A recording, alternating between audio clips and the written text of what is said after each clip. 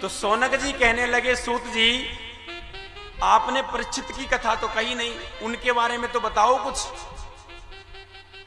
जब राज्य दे के पांडव चले गए तो एक दिन परीक्षित जी महाराज अपने घोड़े पर बैठकर राज्य में भ्रमण करने के लिए निकल गए। अच्छा, जिसके बड़े बूढ़े का सम्मान हो, उनकी बड़ाई हो रही हो, तो बेटा बड़ा गदगद होता है कि हमारे जो पूर्वज थे बड़े संस्कारवान थे, बड़े ईमानदार थे, बड़े कर्मठ थे, उनका नाम होता है। जहां भी परीक्षित जी जाते थे वहीं बड़ाई होती थी, तो बड़े गदगद होते थे सुन सुन के अपने पूर्वजों की बड़ाई। तो एक दिन क्या हुआ, घोड़े पर बैठकर शिकार खेलने के लिए चले गए राजा परीक्षित, और जंगल में भटक गए। दूर दूर तक पानी नहीं मिला, प्यास से कंठ अवरुद्ध हो रहा है। तो एक सामने आश्रम दिखाई दिया जिसमें समीक मुनि बैठे हुए हैं।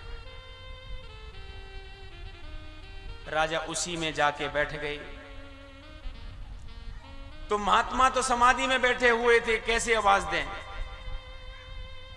राजा ने काफी देर तक आवाज लगाई। राजा को ऐसा लगा कि हमारा यहां अपमान हो रहा है, क्योंकि उन्होंने जरासंध वाला मुकुट पहन रखा था।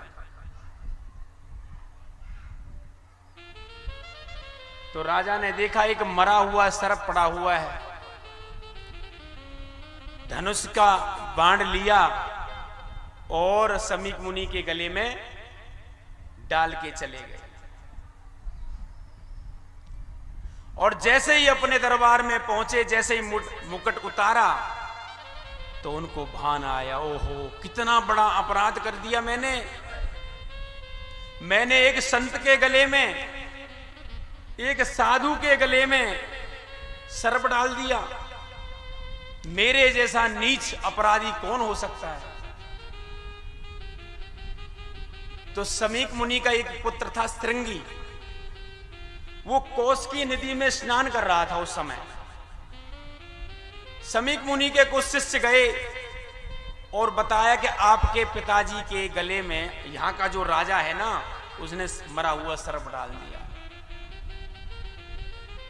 उसने कोस्की का जल लिया कि इतिलंगित मर्यादम तक्षकम सप्तमे हनि दय्यतम समकुलांगार चोदितो तदित गुरुम।